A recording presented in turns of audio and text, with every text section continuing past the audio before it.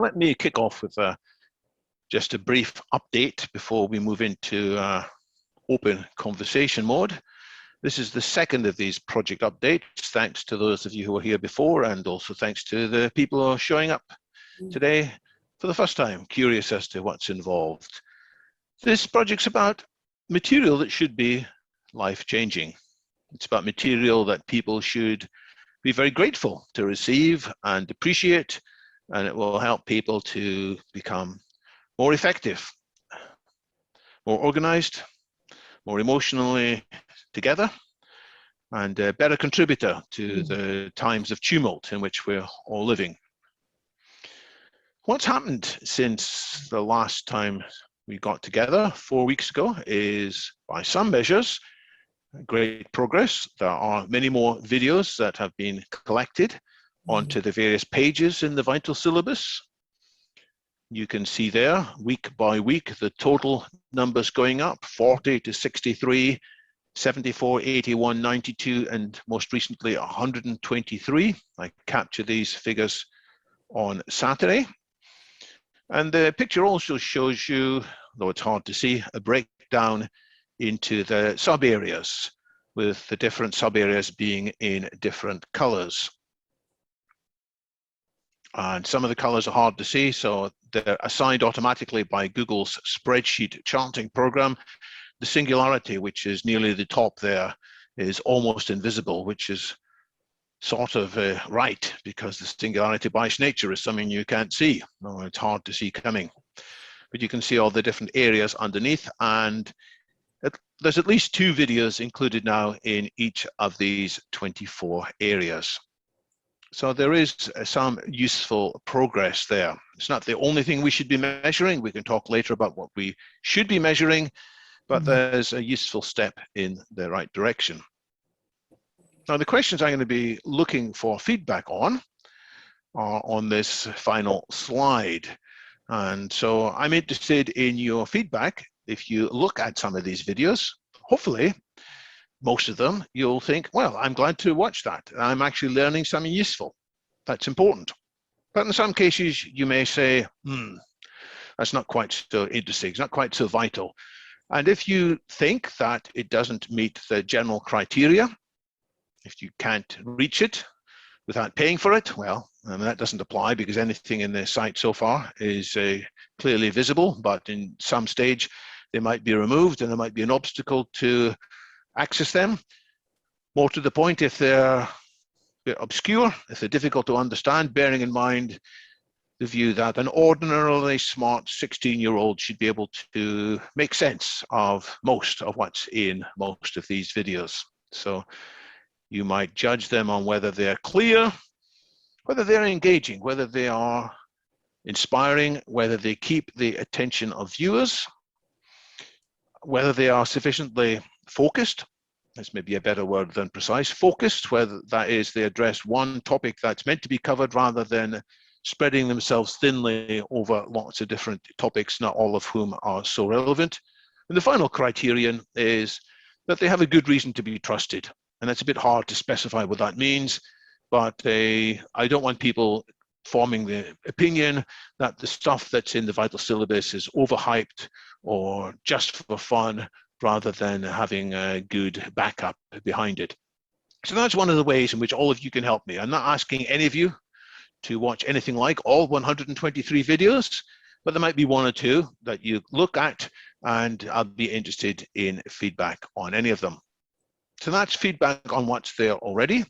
And of course, there's lots of gaps in the syllabus. There's at least 2 on each of the 24 pages, but there's many sub-areas in which there's nothing at all. And there may well be videos in places where you think there are better material that should be provided instead. So by all means, please point out to me videos or other resources that should be added into these pages. And then I'll come back to a very good point that was made in our previous meeting, which is the videos ideally need to have some description associated with them. So before people click on them, there should be a few sentences that motivate why these videos are there and the highlights that people will cover. So that's definitely some way in which each of you could help this project. If you do watch a video and you like it, so you're not voting against it, you could still help by just writing a few sentences and then submitting it, perhaps onto the Slack, and then it can be included. And then other people could improve the description in due course. Then there's broader suggestions about how the project can become more successful more quickly and have a bigger impact. And there's a whole bunch of things we could talk about here. Are the objectives, the targets of the project right? What's a sensible roadmap of deliverables? What should we be expecting to deliver sooner? And what should we be expecting to deliver later? What are sensible metrics? How should we be measuring progress? The number of videos is a crude count, but clearly that's only a crude count. Ideally, in due course, there will be some system whereby users of the site, visitors to the site, will be able to click on buttons and say, I really like this. Maybe give it a 5 or a 4 or a 3 or a 2 or a 1. But what other metrics might be appropriate? Then as a former software architect, I have to ask about the architecture here. That's not just how the syllabus breaks down into areas, but how there might be connections between the areas. And then also the architecture of how the material is hosted and organized, and what kind of back end there should be. Not just a flat set of videos, but extra metadata, ideally, that would help in the smooth functioning of the site. In due course, there might be foreign language videos hosted. In due course, there might be videos flagged as being at different levels of difficulty or sophistication. In due course, I also want to move, when I say due course, probably sooner rather than later, I want to move the hosting of the site away from londonfuturists.com, where it has to coexist with all the other London Futurist stuff, onto a dedicated site, vitalsyllabus.org. How should that be structured? And then there's general questions about processes. How should we collectively be deciding what to include, where to include it, and so on? How can we streamline that so there's no bottlenecks and getting good material put on the site quickly, or removing inappropriate material quickly too? And then I'm looking for feedback on how to publicize the site, how to get more people interested in it, how to spread more awareness of it. And one particular suggestion, which I'll come back to later after people have had a chance to speak, is what could be a minimal viable launch product? We're not going to have all 24 areas filled out equally well anytime soon. What would be something that's a good initial target so that we can then tell people, this isn't just something that's coming, this is something that's already here, and you should already find this of value.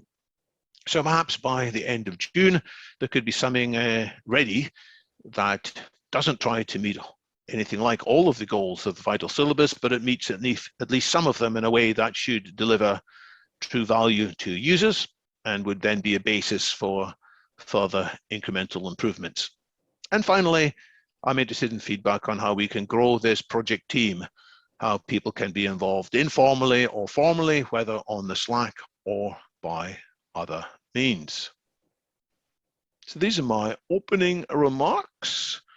I hope that was clear. I'm more than happy to answer questions, but I want to throw open the floor to any of you now who are ready to perhaps answer one or more of these questions.